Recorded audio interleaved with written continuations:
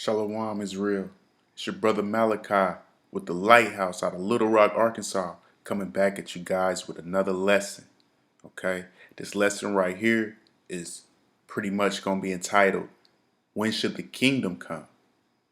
And before I get started, I want to give all praises, all glory, and honor to the Most High God, Yahweh, in the name of His only begotten Son, Yahweh Shai, whom the world knows as Jesus Christ. Okay, so this lesson, right, is about the kingdom of heaven. A lot of people might think the kingdom of heaven is in the sky, you know, or they might think it's somewhere far off. Well, I'm here to show you that it's actually very near. It's very close to you. Okay, and so I'm gonna get started in Luke 17 and 20.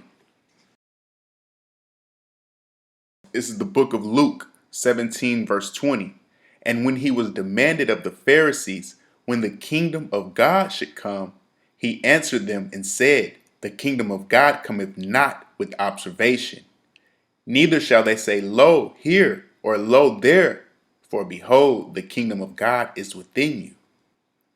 And so, yeah, the kingdom of God cometh not with observation, but is within you. And so, what does this mean? Well, it pretty much, um, anything that you see around you, it started within. Somebody had to think of it, from the clothes you're wearing to the house you're in, right? The car you drive. Everything that you see was thought of first and then it manifested, right? The world you see, the trees, the seas, the mountains, they were thought of and then manifested, right? And so the kingdom that you live in, you living in Esau's kingdom. Esau's reigning. The wicked is in charge of the earth. When this kingdom was thought of, it tells you that they wanted to rebuild the desolate places. So they had a vision of how they wanted it to be. You see what I'm saying? And so the kingdom of heaven, the kingdom of God, it's going to start the same way. It starts within. That's what Yahweh Shai means when he says it doesn't come with observation, but it is within you, right? So everything that you see started within somebody's heart, which is their mind, and then it was manifested physically. And that's the same with the kingdom of God. And I'm going to get some precepts to reiterate and further hit the nail on the head and let you guys know, where the kingdom is. So this is Matthew 13 and 31. Another parable put he forth unto them, saying, The kingdom of heaven is like to a grain of mustard seed, which a man took and sowed in his field, which indeed is the least of all seeds. But when it is grown, it becometh the greatest among herbs, and becometh a tree, so that the birds of the air can come and lodge in the branches thereof. It's like a seed that grows. And then when it grows into a tree. And now it starts to produce fruit. And this tree is a lodging place for the birds to come and lodge in the branches. So you got to understand that, right? So it starts small. So it starts within, right? It starts small and then it spreads throughout the world. Okay. And so you're seeing the kingdom of heaven growing in front of your eyes. When you see the men of the Lord teaching, when you're hearing these words, the Spirit of the Lord coming unto you, just know that you're nigh to the kingdom, right? And so when you're seeing our sisters, head wrap dresses, fringes, representing their husbands like the Lord said, making the Lord's words not blasphemed, right? Then you're seeing the kingdom of heaven close to you. Okay? The kingdom of heaven is very nigh to you when you're witnessing these things. Now you're seeing schools, right? Brothers are opening schools. You see branches for the birds to come and lodge.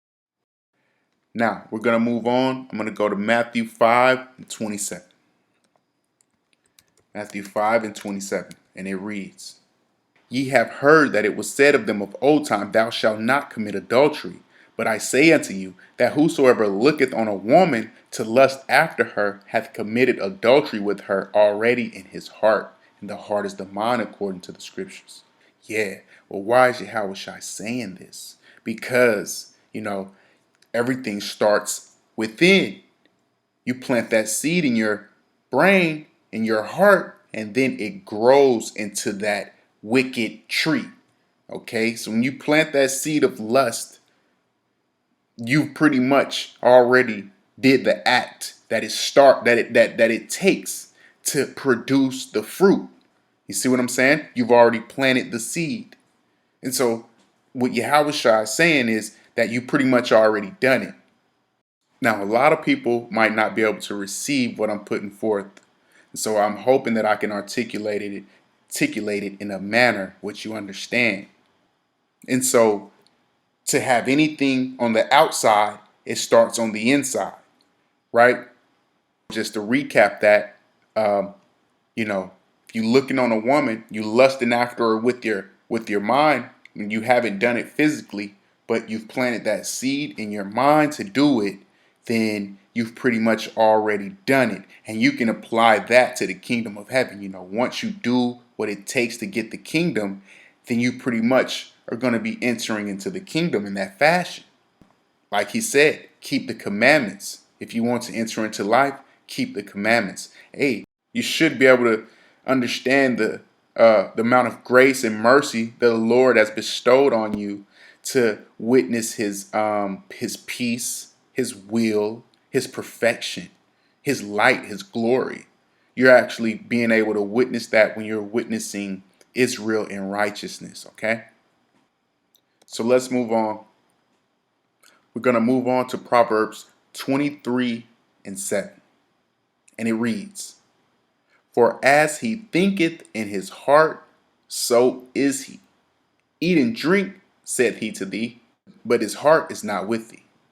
And so whatever you think of pretty much on the inside, that's what manifests on the outside. That's who you are. Okay, so you got to understand, it's going to start within, then it's going to be outside of you.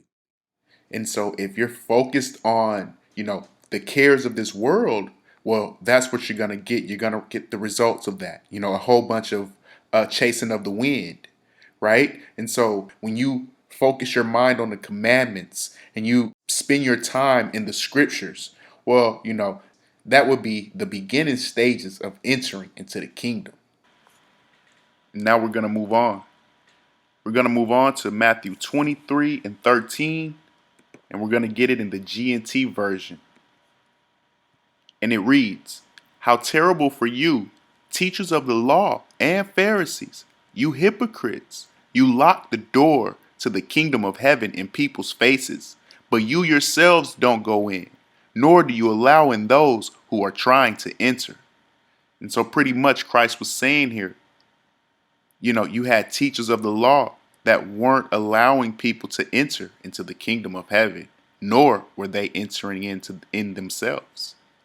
And so you got to think about that. If they weren't allowing people to enter into the kingdom of heaven, then how is it this thing that's far off?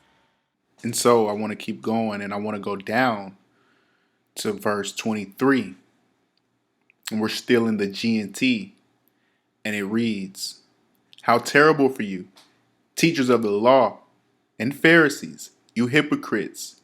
You give to God 1/10 even of the seasoning herbs, such as mint, dill, and cumin, but you neglect to obey the really important teachings of the law, such as justice, mercy, and honesty. These you should practice without neglecting the others. I'm going to skip down to verse 25, and it reads, How terrible for you, teachers of the law and Pharisees, you hypocrites!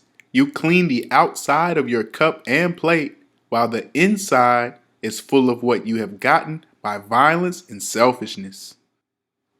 So on the inside, they're full of violence and selfishness. Verse 26, Blind Pharisees, clean what is inside the cup first, And then the outside will be clean too. And so, yeah, that's the point I wanted to make. It all starts inside of you. And so, yeah, I'm going to get a couple more. This is Matthew 13 and 13 in the KJV. And it reads, "Another parable spake he unto them. The kingdom of heaven is like unto leaven, which a woman took and hid in 3 measures of meal till the whole was leavened." Yeah, so pretty much what you have here, a little leaven spoiled the whole lump. And it only takes a little bit of leaven and make the whole loaf leavened, right? And so that's the same with the kingdom. So we got to keep on pushing and pushing, and this truth is going to keep on growing like a wildfire. Which brings me to my last and final precept. This is Luke chapter 12 and verse 49. I'm going to get it in the GNT, and it reads, "I came to set the earth on fire, and how I wish it were already kindled." Yeah, and so Yahushua came to cast fire on the earth, and he wished it were already kindled then. And now you're seeing that fire blazing up. And so the kingdom of heaven cometh quickly. So keep doing the work, keep pushing this truth. And with that, I want to say shalom to the 12 tribes of Israel scattered abroad. Shalom.